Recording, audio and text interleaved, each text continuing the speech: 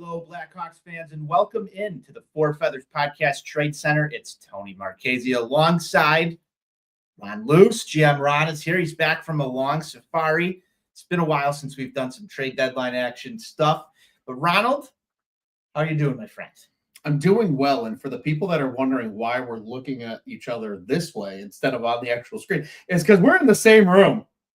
Yeah, this is kind of fun. We're gonna break the fourth wall a little bit here, as Mr. Marchese mentioned. I'm Ron Luce, the great Tony Marchese. We got some trades to talk about, Tom. we do. We got some trades to talk about today. The Blackhawks actually did some stuff on Friday, trade deadline day. It wasn't a completely silent deadline. Obviously, the Seth Jones trade has already occurred. You can listen to our thoughts over on the Four Feathers podcast in our previous episode between myself and Steve on that trade. We haven't gotten your thoughts on that, though. That might be a great place for us to start. No, we haven't. I have not had the opportunity to discuss anything Seth Jones related. Well, I think we let's start there. Okay. What the hell? Why not? Tony, your thoughts on the Seth Jones trade? Well, this one broke at a very inopportune time for myself. So you were actually the first person to let me know that this happened. Normally, I'm pretty tuned in to what's going on. I think I was probably about an hour behind that. Yeah. I had a little home repair to do. Got that done. But Seth Jones out, Spencer Knight, and a first-round pick in. I love that deal. That's my reaction to it. I love the deal. I think that it was a great thing to get Seth Jones out of town. I think it's good for Seth Jones to get out of town. Mm-hmm. Go to a contender. This was reported as one of the two destinations that he wanted to go to. And Kyle Davidson was able to get that done, was able to move him to Florida. That's a preferred destination for him. And then you bring back in Spencer Knight, a goaltender, a potential goaltender of the future. That's something that I've talked about on this show for God knows how long, that the Blackhawks need in terms of a major piece to this rebuild. We had the opportunity to go and watch Spencer Knight in his debut. Looked solid fundamentally. You add a first-round pick on top of that. I'm not sure how Kyle Davidson pulled this trade off with as little leverage as he would seemingly have. That was what I sort of thought about leading up to that deal was there's no leverage here. How are you going to be able to move this guy?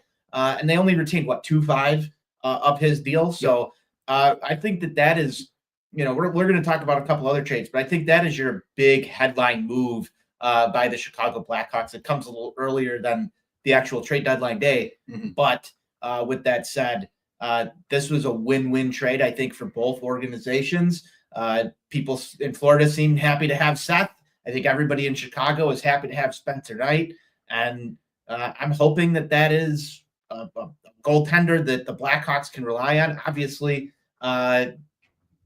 moves have happened. They made some statements yesterday that they were going to roll with Spencer Knight and Arvid Soderblom going forward. I think that was the right call. We'll get into some of the ramifications of that in just a minute. But I love this deal from top to bottom. I love this deal. I think it was just a masterclass deal from Kyle Davidson. It really was. And a really good point there, Tone, because I think people need to realize that deal was technically a deal of the trade deadline, right? It wasn't just a move made halfway, closer to the halfway point of the season or even back all the way, let's say in November. This is something that technically butted up against the trade deadline. And when ultimately said and done, you got a huge piece of Spencer Knight in the future, only 23 years old. He still has a ton of time to continue to develop and even get better. And of course, like you mentioned, a great debut from him at the United Center on Monday night against the LA Kings. We were gracious enough to be in attendance for that one. Awesome game to be at. Obviously a victory for the Blackhawks as well, which was pretty cool and tough. But Tony, you mentioned you had been calling for a goalie of the future for years because you said, well, is Arvid Soderblom the answer? This year he's looked better, but historically he hasn't looked so great.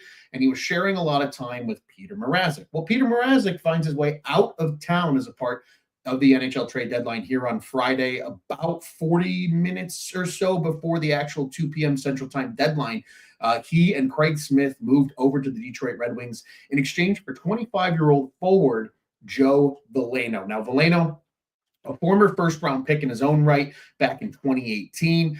He has played, I believe it's 4 seasons, or at least pieces of 4 seasons now with the Detroit Red Wings. Last year was his career year in terms of scoring. In about 80 games played, he had 12 goals and 16 assists. So again, this guy probably a more defensive forward. He's probably going to play on your fourth line for the foreseeable future. Maybe he can get some time as a third line center if there's injuries or just a lack of depth at the position, maybe moving forward.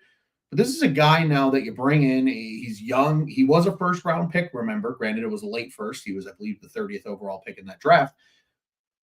Who knows? Maybe there is something more to his game that the Hawks are able to unlock. If not, you still get yourself a pretty good fourth line forward for the future. And in addition to that, you get rid of the 4.25 of Mrazek's contract for next season because obviously they couldn't retain any more money on that. Craig Smith's, whatever's left of his $1 million contract, also off the books now for the remainder of the year.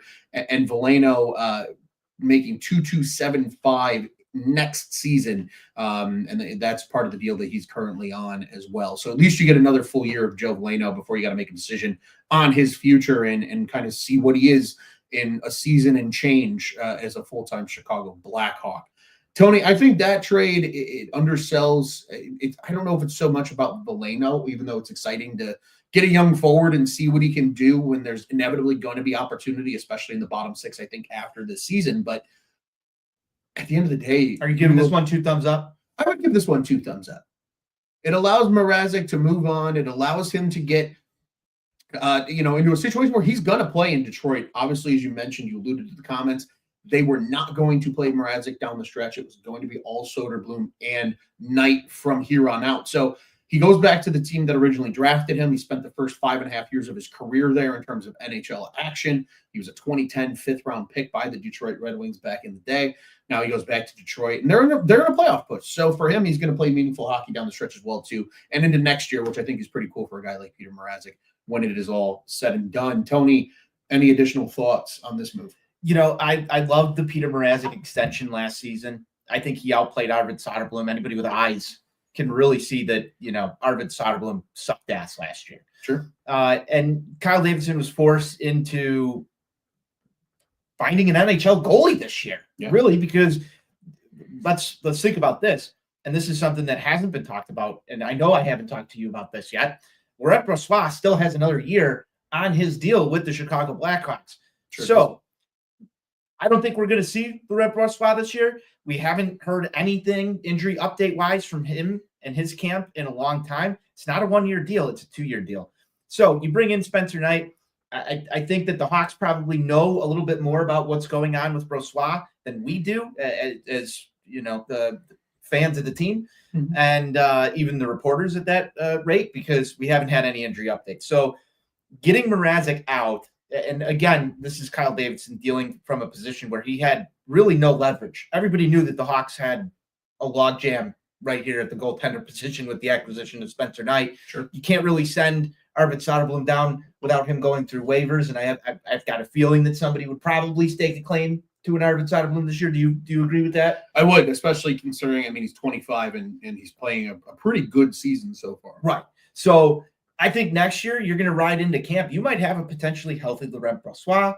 You might have Arvid Soderblom. You might find yourself with 3 goaltenders again at the start of next NHL season, unless one of these guys gets moved over the offseason. Now, I think it's important for Arvid Soderblom to continue to get starts as much as I want to see Spencer Knight in net every single night. But I think it's going to be important to see how Soderblom continues throughout the rest of the season. Now, where Peter Mrazek comes into play here is obviously he moves back to Detroit. He gets to go do his thing in net again. He was not going to get any starts here, and that was already announced yesterday. So the fact that you kind of announced this, you're potentially just going to be riding the bench the rest of the season. If I can't find a way to move you, I was surprised that leaked out. You would think that would be something that sort of hits the media post deadline had they not moved him. Sure. But Detroit, there's some history there. He gets to go back to a place that he once called home. And now, I don't like doing deals with Detroit, but this one kind of feels like a steal to me because we weren't going to get anything else out of Peter Mrazek at that point once the Hawks decided to move on. So I like that trade. I would give it 2 thumbs up as well. And, those are just 2 solid moves that I think we've seen, the 2 that we've discussed already. Definitely. And to stay in chronological order, I think it's important to deviate from the moves that were made and discuss the moves that weren't made. And with that in mind, Blackhawks retain both Pat Maroon as well as Ryan Donato. And Ryan Donato, the polarizing figure of Blackhawks Twitter over really the last week or so, and probably just the fan base overall, if we're being brutally frank. There was rumors and reports that he's going to get extended this morning being Friday morning as we record this show. And I think that's going to be the intention. They have until July 1st to extend him, so they don't have to get something done immediately. However, I think if you're the Blackhawks, and even Ryan Donato, you kind of want to have his future kind of determined before games are done this season. I wouldn't be shocked if by the end of March, maybe we see an extension, or maybe just as soon as the regular season ends. I think that's a great place where they can announce that. And it's far enough in advance where before you really begin your off-season prep, have to worry about the draft, have to worry about any trades that might occur. And then, of course, July 1st opens free agency. But now you have to wonder what's going to happen with Ryan Donato from a dollars and cents standpoint, because if you're going to hang on to him, they're probably going to keep him in some capacity, is at least what probably the expectation is at this point. And then Pat Maroon, he's going to ride out the rest of the season. He's been wearing an A as a part of this. Can you see him coming back? I don't. I really don't. I think he's going to walk at the end of the season. If he doesn't hang him up, I mean, he has been around for a long time. This could be his last season. But if he wants to play one more year, I could see a world where he gets, maybe the veteran minimum to go join some contender, and maybe he's your 13th forward throughout the course of a season, but at least be given an opportunity to play some meaningful hockey in what could be then a potential final season in a year from now in 2025-26. So that's where things stand, Tony. I know the Pat Maroon not moving isn't as sexy. That's the one not drumming up so much attention, but it's the Ryan Donato stuff that's drumming up the attention. What do you think? And this was a question I asked our friend Stuart in the comment section earlier on our spaces that we did this morning. And I'm still curious because I've seen people all over the board with this. What's the years, what's the dollars per year for a guy like Ryan Donato, in your opinion, if there is an extension agreed upon? So I'd sort of go with your take on this one.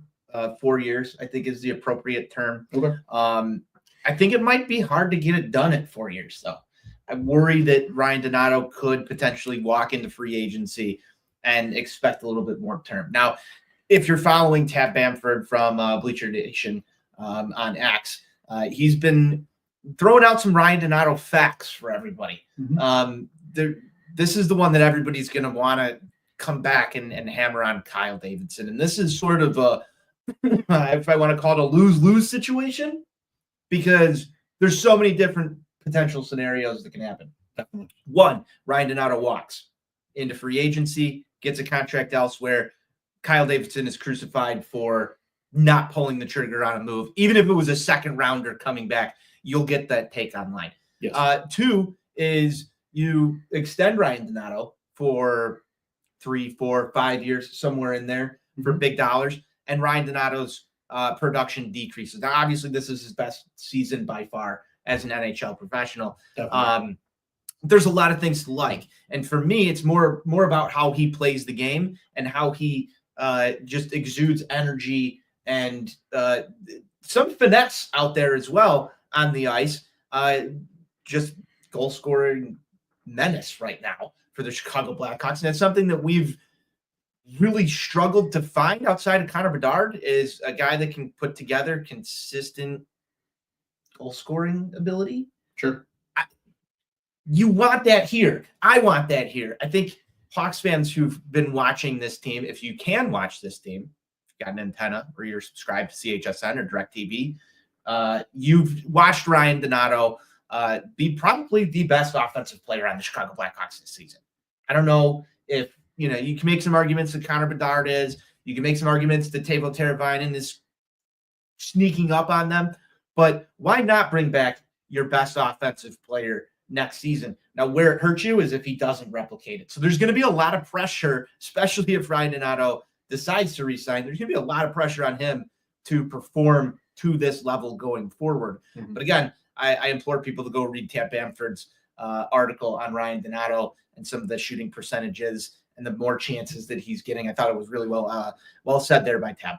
Indeed, and to kind of echo that as well, as Tab brought to attention, really outside of last season, in 4 of his last 5 seasons, he had a better than 10% shooting percentage, which is relatively respectable across the NHL. Obviously, this is his best year by far, pushing almost, I believe it's a 17% clip almost, which is outer worldly for a guy like, really for any player, let alone a player like Ryan Donato. But in very limited time, especially in his 2 years in Seattle, especially and even the year before that when he was with the Minnesota Wild, over the 10% shooting percentage, just wasn't getting a ton of minutes and a ton of opportunity, but still put up double-figure goals as a depth scorer. So, and mind you, this is a guy that everybody's always 28. He's so old. No, he's not. Hockey terms, guys play well into their mid-30s. We see it. Kyle Palmieri is getting a 2-year extension at 34 years old by the New York Islanders. It happens all the time. I just feel like there is some potential for it to backfire. Sure. And I think that's warranted. And there absolutely is. I think the biggest thing that people need to consider, though, is Kyle Davidson's going to have a plan in terms of what price he wants to spend on Ryan Donato. Now, mind you, if we're worried about cap hits and things like that impacting this team in the future, the cap is going to grow roughly $20 million over the next 3 seasons. Beyond that, who knows? So if it is a 4-year deal for Donato, it's going to age well no matter what. Even if he isn't putting up the same level of production, it's not going to handicap you. It's not going to get you into a bad spot.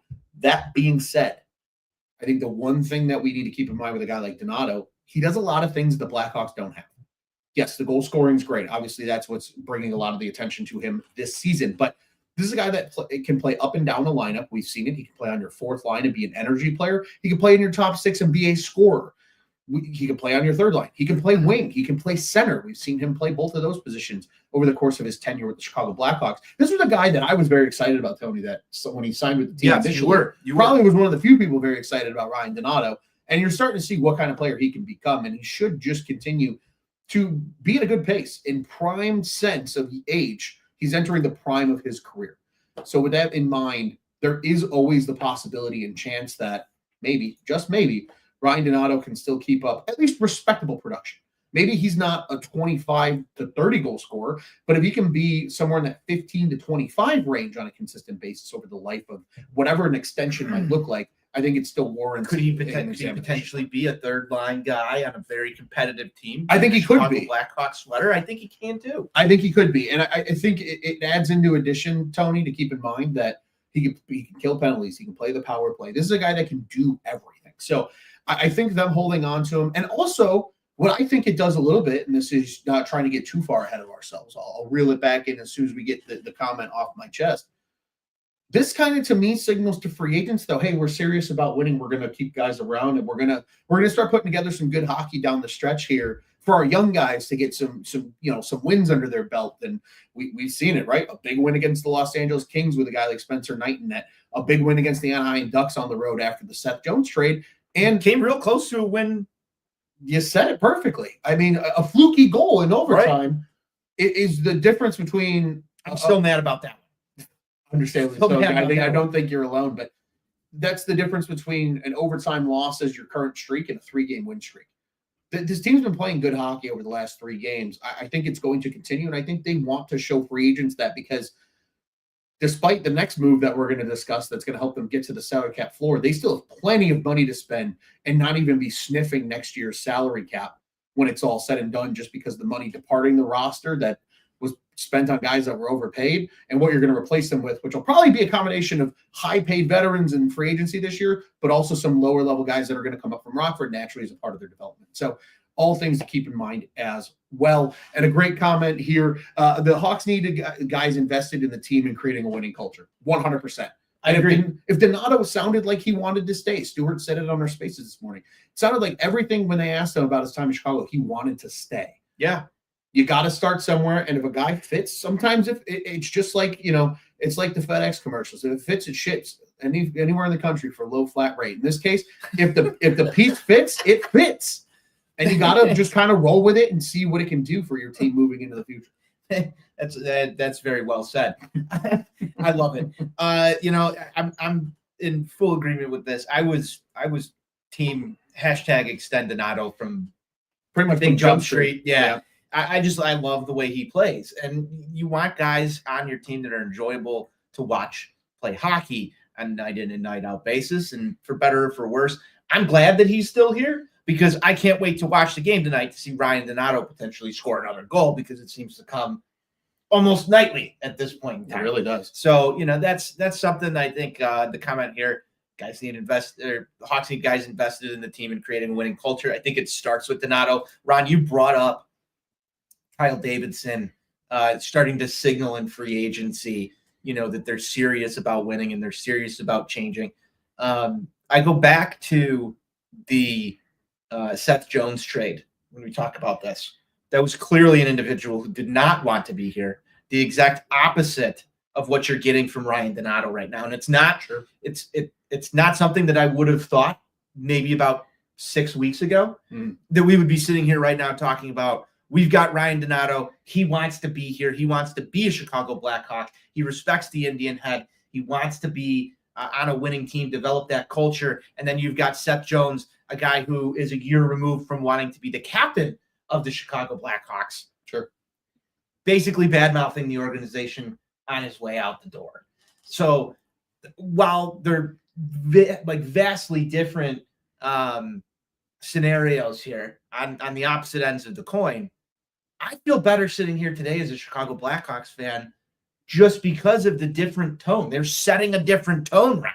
They are indeed setting a different tone, and it's going to make for, I think, more competitive hockey for this team down the stretch as well. And it's been made very clear that, locker room cancer is really what it's starting to feel. And again, they're playing with a different energy. You can't argue that. If you watch the games and you see what's going on, Spencer Knight stole a game. Sure did. You needed a goalie who was going to be able to do that with this backhand. You've got guys like Ryan Donato out there, busting ass. He's been doing it all season. And then you see the team start to lift up to his level over the last, 3 games here? Yeah. It's been a different brand of hockey.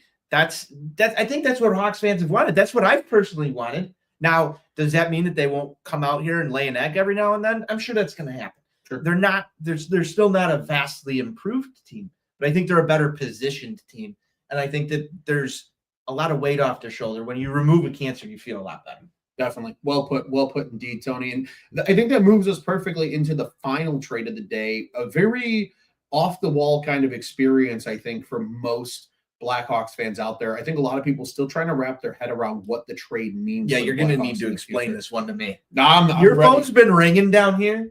It has. At OnTap HQ, but the GM Ron's phone's been ringing. He's been explaining this deal to a couple of people. Indeed. It's an explainable trade, and we'll get to it. The Blackhawks acquire Shea Weber. Yes, that's Shea Weber. His contract from Utah Hockey Club, obviously formerly the Arizona Coyotes, who had acquired that contract in a deal with the Vegas Golden Knights, who acquired it from the Canadiens, who you get it. His contract comes over to the Chicago Blackhawks, as well as with 2 players. Now, one of them is the rights to a player, and we'll talk about him in a second. The other, I guess we'll call him prospect, in a guy like Aku Urati is his name. He was playing in the AHL with the Tucson Roadrunners this season. He'll surely report to the Rockford Ice Hogs here down the stretch, and hopefully going to join them for what looks like a potential playoff push with a group that could certainly use it, especially with guys like Artem Levshunov on the roster. In addition to that, they acquired the rights to Victor Soderstrom. If that name rings a bell to any of you sickos out there that deeply watch the NHL draft and follow prospects, you will know he was the 11th overall pick back in the 2019 draft by what was then the Arizona Coyotes. Played a few years with the organization, bounced between the AHL and NHL, really never stuck, but he's a right-handed defenseman. He's only 24 years old, and he's having a really good season in Sweden. And with the rights to him, because he's a restricted free agent rights, they can certainly still take him and sign him in the future. And Tony, this is kind of a 2-part trade. I think Aku Urati is the one piece that's easily defined. He's an AHL guy. He had a really good year in 2023-24, 44 points in about 56 games with the Tucson Roadrunners. This year fell off a little bit in terms of his production, but still has an opportunity to, be a depth forward, if nothing else, for the team in the future. The Shea Weber piece of the deal. This is what I'm interested in. And this, I think, what a lot of people are interested in as well. Mind you, this is all for a 2026 6th-round pick. So they gave up effectively nothing for a flyer on a couple of prospect-level players and a contract to, free up Utah Hockey Club's money. Terrible name.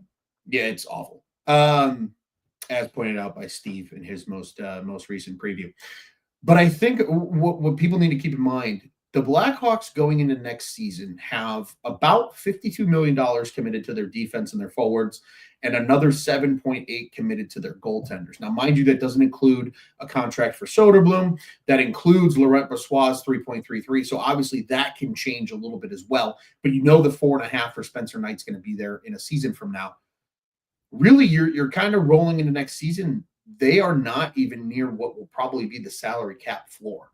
This dollar value in terms of a contract, you have 4.25 coming off the books from Athens CU. You've got another 2.25 coming off with Kurashev, who I don't think is getting another contract from the Blackhawks. You've also You've also got Alec Martinez's $4 million coming off the books, and Pat Maroon's 1.3. They are going to shed enough money where even that addition of Shea Weber essentially just replaces that money. They will still have more than adequate money to spend in free agency. So I think for the people that are like, well, you're signaling that you need a big contract just to make it to the floor, I think they're just signaling that, yeah, we do, because we haven't paid our young guys yet who are going to be those big contracts.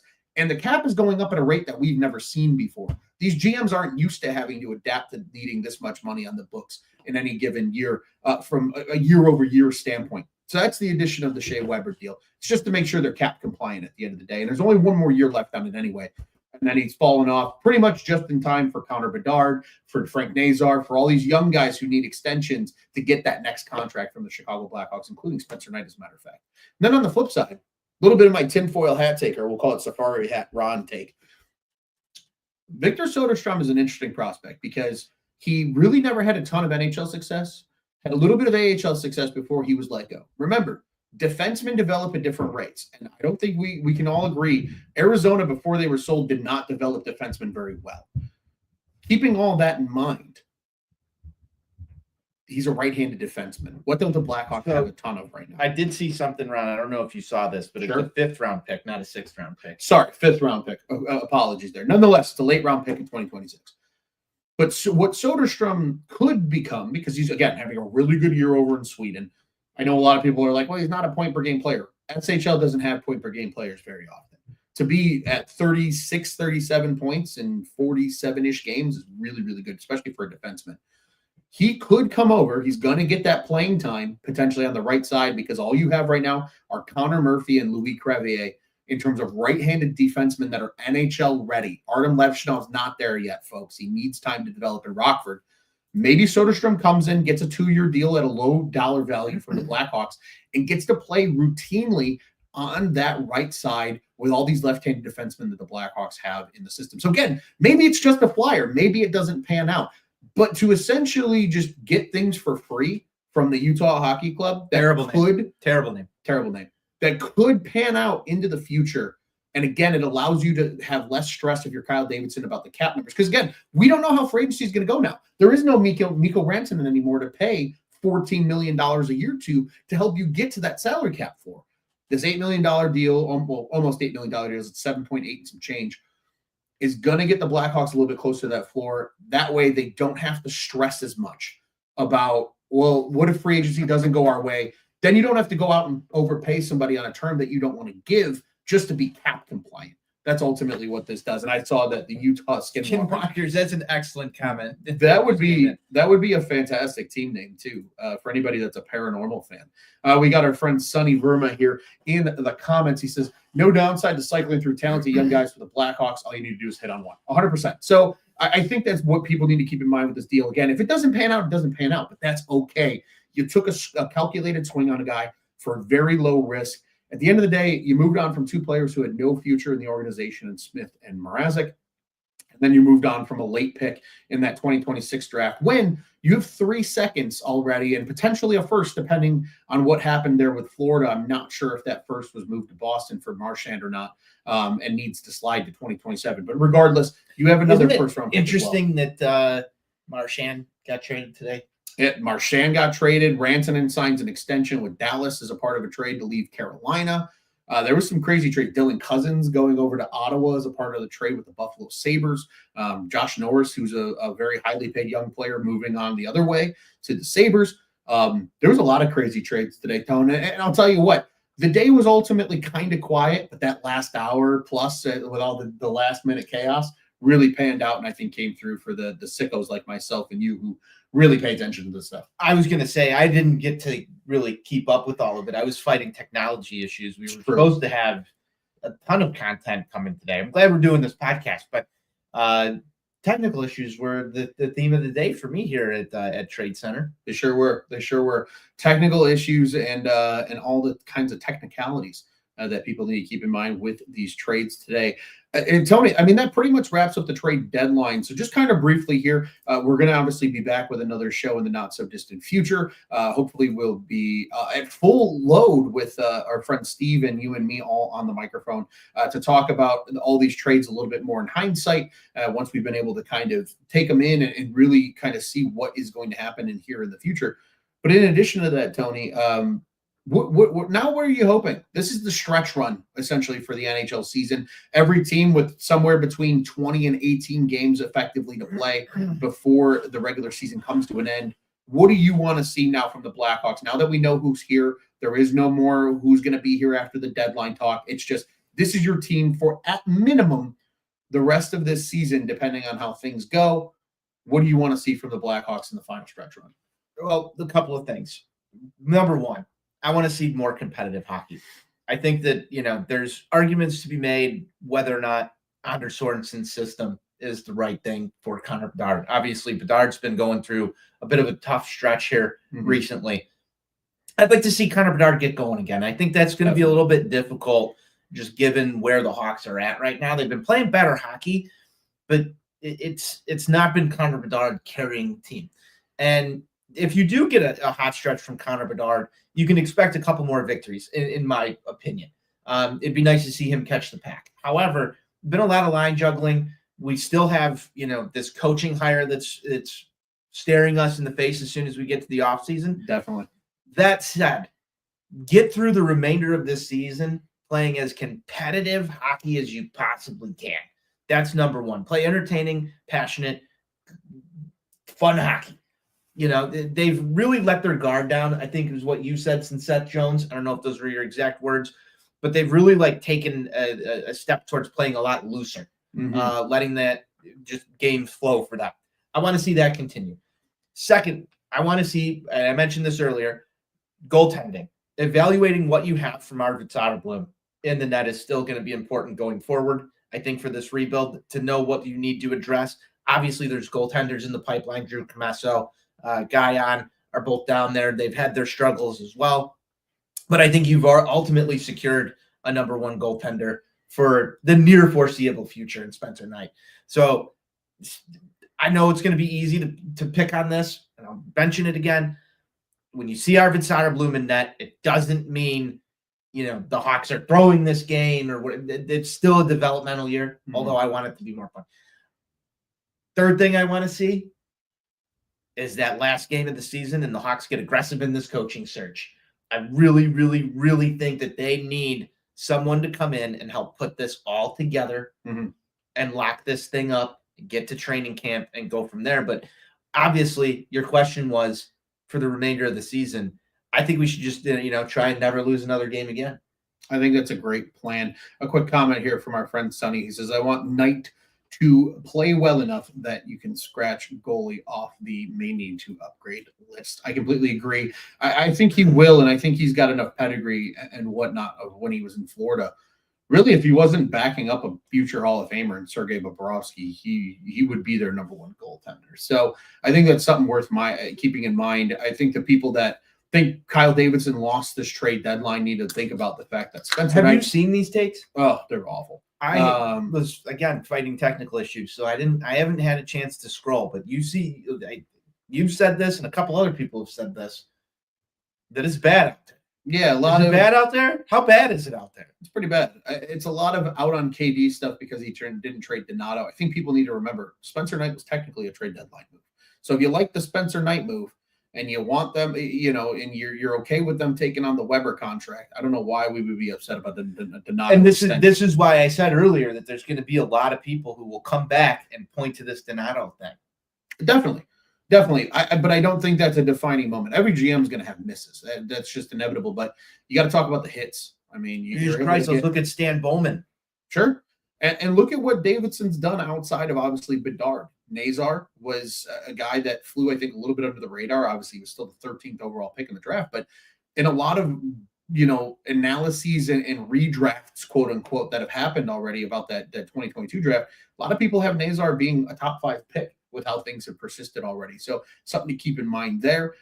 Sam Renzel was a guy that a lot of people had 3rd-round grades on. I think he's exceeded a lot of expectations. So there's still a lot of opportunities for hits besides just a Ryan Donato move. And of course, look at what Nick Lardis is doing as a 3rd-round pick from that 2023 draft, having an unbelievable season where he's pushing 70 goals in the OHL.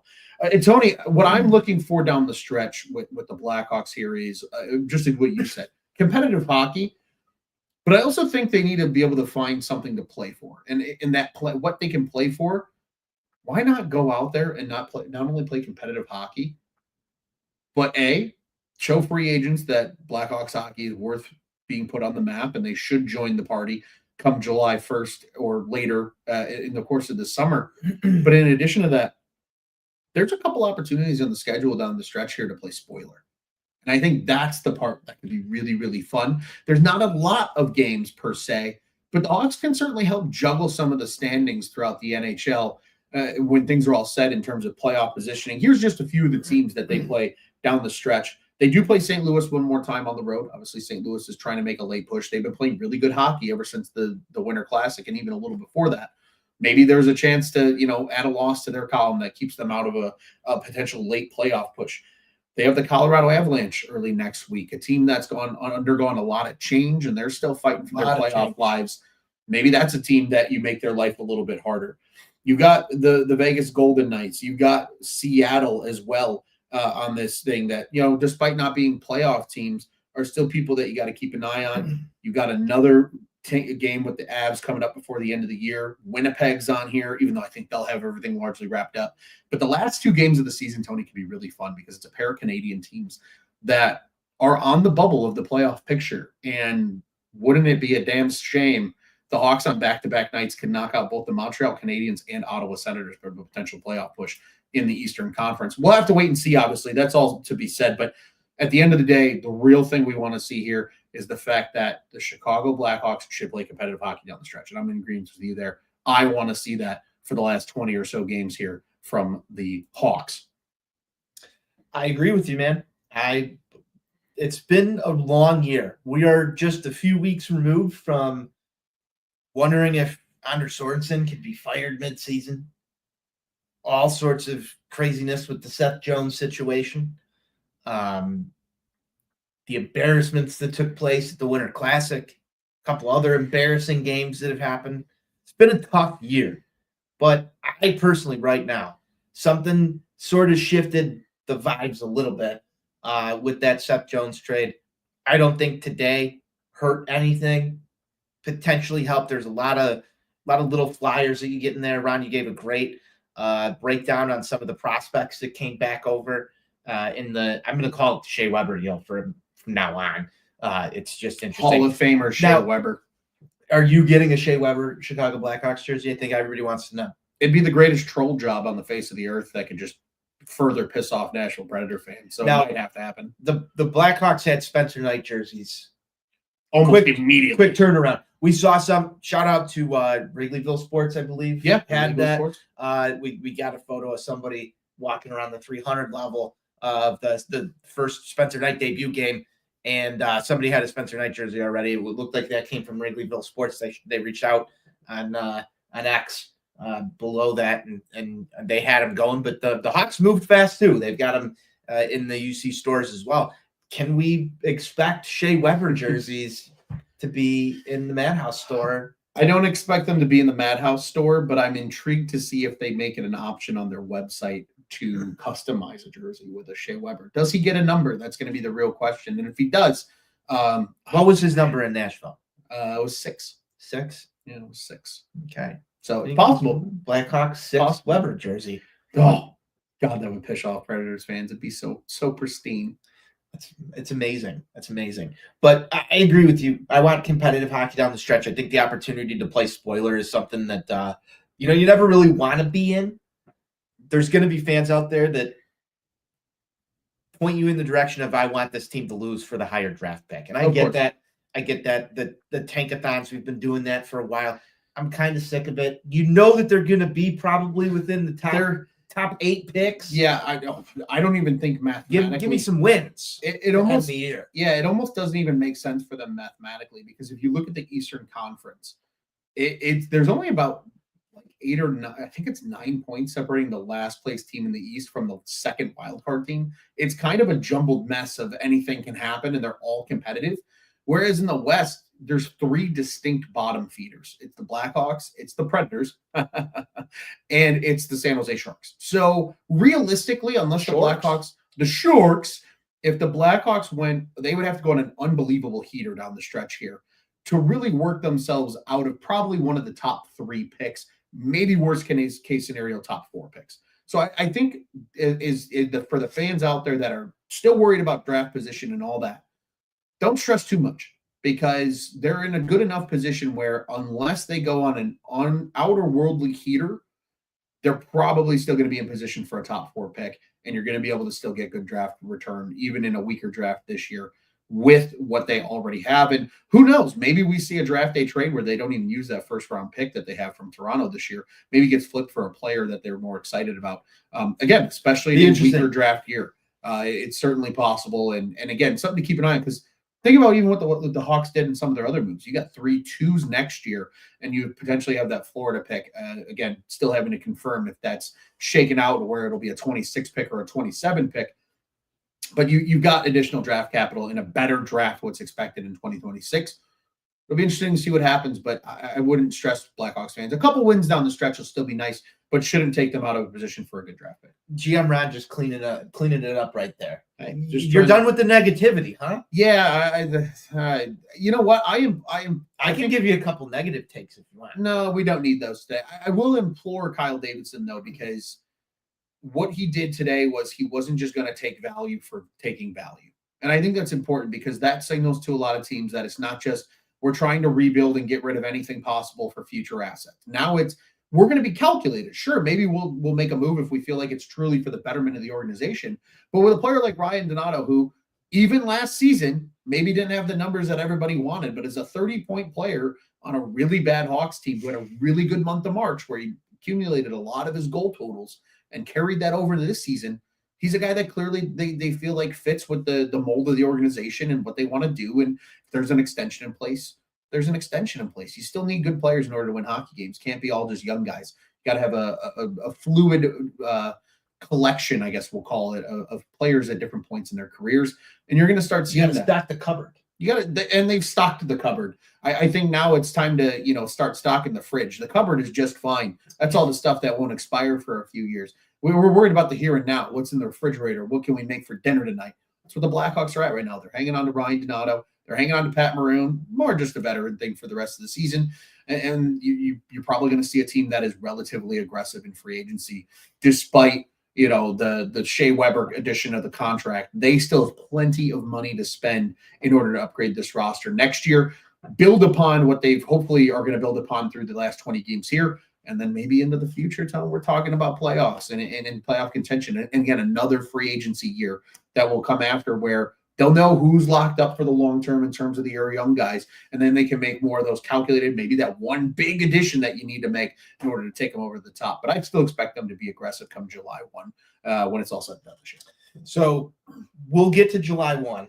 That's coming. It's coming sooner than everybody thinks it is. It'll be here. It's going to be here before you know it. We're already, halfway through spring training, baseball season. That means Cubs play a baseball game in like 10 days. That means that it's almost NHL offseason time, and I can't wait to dig into this with you. For those that don't know, GM Ron is the master of salary cap geography. He's got a doctorate in that. So the Shea Weber deal. My question for you is, what happens with the LTIR situation? Because doesn't LTIR expire at the end of the year? It does. And then they'll have to put him back on LTIR at the beginning of next season. Correct. So there's no implication here, at least in my understanding, that he is going to mess up the Hawks from signing a potential free agent target. No, not at all. In fact, it's just to give them a little bit of cushion to be able to ensure that they're over the salary cap floor. They can still spend because, mind you, as soon as he goes on LTIR, that opens Do you think up. that deal is possible without Seth Jones moving? Probably not. Well, I wouldn't say never because if you really think about it, the Blackhawks retained $7 million by taking Knight's contract and the 2.5, and they gave away Jones for $7 million. So it was really a net wash. Really. Right. So they probably could have at the end of the day. It would have put them a lot closer to this year's salary cap. But you're kind of right back where you were. More or less, maybe a little bit less so because you got to figure you shedded about $3.25 million in the Mrazek trade as well. So again, I think when you were still going to shed that is what correct. Yeah. So you're back. You had that extra cap space because of the minimal retention that you took. Yeah, you realistically added maybe about $4 million when you're also going to lose probably close to 10 with just expiring free agents. So again, maybe Donato takes up some of that money, and then it is kind of a net zero. And then that way you can go and spend next year. Because mind you, they'll need to spend enough where even once they put him on LTIR, the nice thing about LTIR is it's not a reduction of your cap space in terms of like, oh, you get that cap space back. It's just an overage amount that you can go up to. So they will be able to get salary cap floor compliant. And then they're also going to have wiggle room next year. If they need to take on an expiring contract, if they want to retain to get a guy, it gives Kyle Davidson options. And I think that's what's important to keep in mind, folks. So again, I'm hoping to do a little bit more in-depth kind of video on this as well. $15 million in Marner. I would vomit if they give Marner $15 million. Well, you are just anti-Mitch Marner. I am. I not for 15 mil, maybe for 13 mil, but not for 15. But again, it depends. Marner might not want to come to Chicago. So what happens next? Who do you pivot to? And this is one of the reasons why you keep a guy that wants to be here that's put up as many goals as he has. Absolutely, because you can't bank on just because you throw a bag at the top free agent doesn't mean they're going to pick that situation. They're all still people. I'll bring this one up too today. Nico Rantanen. There was a lot of talk that the Hawks were going to try and sneak in there and find a deal with Rantanen this offseason. He gets traded today. Winds up signing an extension. You can't count the chickens before they hatch. No, and there's also a very good chance that all these guys that are listed as pending free agents don't even make it to free agency. Their respective teams, again, just because Anthony Tony's bringing up another thing, and it's not me. I am Tony on tap, but I am not Anthony Tony. This is why you overpay, Ron. This is why you could overpay. In White Sox baseball, we call it the Sox suck tax, when you have to go out there and spend a little bit more money on a guy. Sure, but also keep in mind though, these people they're people at the end of the day. So if Marner just doesn't physically want to play in Chicago, he doesn't have to. This is not the NHL video game where you offer the guy the most money and he's going to sign with you. That's just not how it works. There's a chance that Marner doesn't want to come to Chicago. What if he doesn't? But at least now there's the flexibility. But what if he does? Options? And maybe he does. But my point being, like you said, you can't completely rely on what the pending free agents list is going to be, because a lot of those guys are going to be freed up. What I was getting to was not only are the Hawks going to have extra money and they had to worry about with the Weber deal, every team in the NHL is now going to have an extra $7 million next year because of the cap rising. That's something that has to be kept in mind. It's not going to be an $88 million cap like it was this year. It'll be $95 million next year. So everybody is going to have that extra money to play with too. So who's to say that somebody doesn't come take a swing at Marner other than the Blackhawks? There's going to be a lot of other teams with probably just as close to equivalent cap space when it's all said and done as well. So I would say we pump the brakes. Obviously, we'll know more as we get closer to July 1st. Guys will re-sign kind of in that interesting window in the end of June. But we'll know what the full class is before July 1st. But again, we're worried about the last 20 here. But the Hawks did some things today to put them in a good position for the current state of the team, as well as I think moving into the future. I wholeheartedly agree. There wasn't really anything that was done today that pissed me off, which is why I understand the people who have some reservations on the Donato stuff. I like it, but I was in camp extend Donato from Jump Street, so sure, that makes me happy. I don't think there was anything detrimental done. I think we got through it without any major hiccups. Because trust me, things could have gone wrong. Things could have gone very wrong. Definitely. There's one other trade that I want to bring up here right before the end of this. Yep. And this one was done well before the trade deadline. Really the first big move of whatever retool we're going through in this rebuild. And that's the Taylor Hall deal. That move, when it was made at the time, people were not happy with it. I think Davidson really adjusted well after that deal. With the Jones deal and what was done today, I was a little nervous at what this trade deadline was going to look like based on the Taylor Hall trade. I don't know about you. You know what? I think it sort of is out of everybody's mirror right now. It's well past the rear view mirror. Taylor Hall deal. But I think it provides some important context. Just the reaction to that trade to where we are today. Well, and think about this too, Tony. I think something that people now need to look in the rearview mirror and think, because hindsight is always 20/20. If Ryan Donato wasn't getting you the value you wanted in this market, which Brock Nelson got a 1 and a 3, the fact they were able to get a 3 for Taylor Hall effectively is a huge win. They probably wouldn't have gotten much more than that for Taylor Hall. I don't think this market was as hot as what people made it out to be. It was hot for the right players, is what Correct. I would say. Yeah, correct. I don't think it was, and level of desperation. I think the teams Right. that liked Ryan Donato weren't as desperate to add at the deadline as a team like Toronto, who went out and got a guy like Scott Laughton. That's after pivoting twice. I mean, because he they tried to was get he was O'Reilly floated and out. Shen. He was floated out there as a potential trade move. I'm sure they fielded calls. It'd be interesting to see what Davidson says in some media availability. Yeah, probably in the next few days. What was there, and I'm sure things will start to sneak out of who the teams were that were interested. Potentially what those offers might have looked like. I'm excited to get into what that is, because I'm sure there's going to be some people that are out there that say that was the move. Kyle should have pulled the trigger.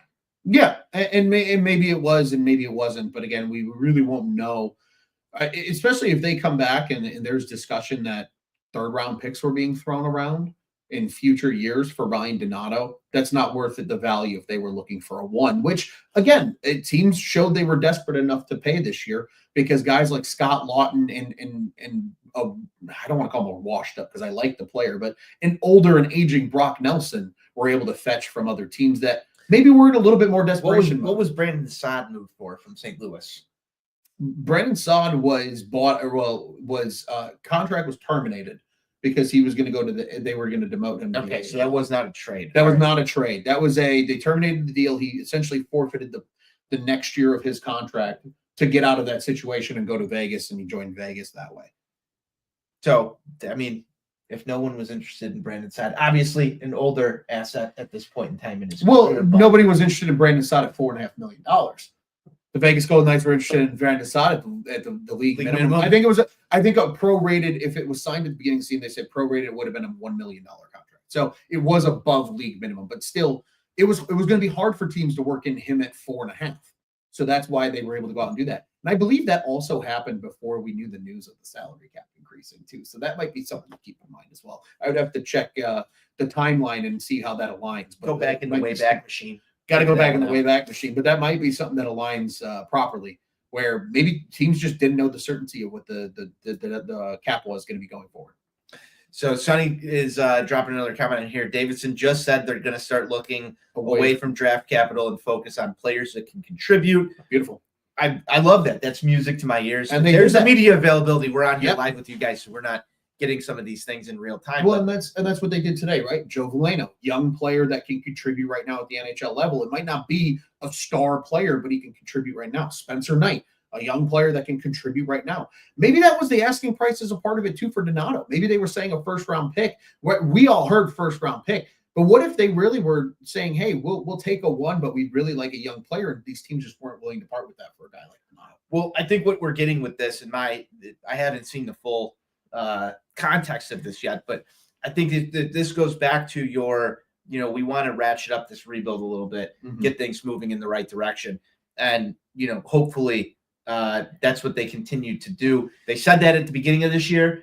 I kind of called bullshit on it. I thought it was a bad time to say that they were trying to get out of the basement, because it put some clear goalposts for where the Hawks were going to attempt to get this year. Definitely. It resulted in a coach getting fired. It resulted in obviously some disgruntled players within the organization, and ultimately plenty of disgruntled fans. Yes, plenty of disgruntled fans as well. That's important, though. It's important. It is. You don't want public distrust. The end of the day, I think we're sitting better than we were entering the season, even though I feel like the optimism was there. It was palpable. Definitely. Obviously, things didn't work the way that they should have, and I think they've adjusted course quite well. A couple last comments. Would love to see Veleno find his game in Chicago. I think you would agree with that one, Ronald. Definitely. And Sonny back in here, quote from Donato: "The offers they received never rose to the point that compelled us to move on." It's kind of what I expected to hear from Kyle Davidson on this. Ron, it's about getting to the hour mark. I know we got to get out of here. There's going to be some Blackhawks hockey tonight. Yes, why don't you let everybody know a little bit of just a brief preview of tonight's game, and then we'll give some final thoughts and get out of here. Yeah, tonight's Blackhawks game is at the United Center. It is the final game at the United Center of this little 3-game homestand that they're on. They will play the Utah Hockey Club. Terrible name. Their last deal with at the end of the day today. That will be a normal, I believe it's a 7:30 puck drop this evening. And then they're quickly on a plane and taking the quick hour flight down to Nashville. It's a doubleheader on Saturday night. That'll be a 7 o'clock start from Bridgestone Arena. So we will see Spencer Knight this evening. That is already confirmed for the Blackhawks at the United Center. We'll see Arvid Soderblom certainly in the second half of that back-to-back in Nashville on Saturday. And then the Blackhawks are on the road for a little bit. I believe it's Colorado on Monday night. That's a good old 8 o'clock start for the Night Owls like this one over here to my left, your right if you're watching us when it's all said and done. It should be good, Tone. It's Blackhawks hockey. Now we know Blackhawks fans know what the team is. They know what this team is going to look like for the rest of the season. And now, like we talked about a little bit earlier, it's about playing competitive hockey down the stretch and putting a good taste, I think, in all stakeholders' mouths entering the summer, because I think there'll be a lot of optimism once the draft and free agency roll around. I agree with you. It's about playing competitive hockey down the stretch, and not only competitive hockey, entertaining hockey for the fans. Definitely. Who've really endured quite the roller coaster of a year. It's felt like more of a roller coaster than what I thought the last couple of years were, which was just straight drop. Could have called it the giant drop. At least there's been a couple of peaks with the valleys this season. Definitely. Not enough though, and I'm hoping that we continue on an upward trajectory as this one finishes up. Ron, do you have a prediction for tonight's game? Spencer Knight's in net. I think they're going to win. I think it's going to be a close game. I'm going to say with the empty netter, we're going to have a 4-2 Blackhawks win. 4-2 Blackhawks win. I like it. I like it a lot. I was going to go with a 4-2 win as well myself here. It felt reasonable with the 5-1 start the other night. I'll have to change it up for being different sake here. Let's go 5. I'm going to go 4-1. I'm going to go 4-1. Okay. I was going to go another 5 goals. I think that's a little bit difficult against the Utah Hockey Club team. So I'm going to keep it at 4-1. You're probably going to, I think they sneak 2 win on Spencer Knight tonight, but that's just me. It is night. It is night at the UC once again. I'm sure it's going to be a great crowd there on a Friday night seeing Spencer Knight. So that's about it for us. Final thoughts. I'll read off mine real quick here. Thank you for everybody who joined in, following the show. Four Feathers Podcast on X. You can follow Ron at Loose on Tap, myself at Tony on Tap. Great comment section today. Thank you for everybody who was commenting on the YouTube. We appreciate you. And Ryan, last thought from me is let's go Hawks. My last thought, Tony. Let's go Hawks, baby.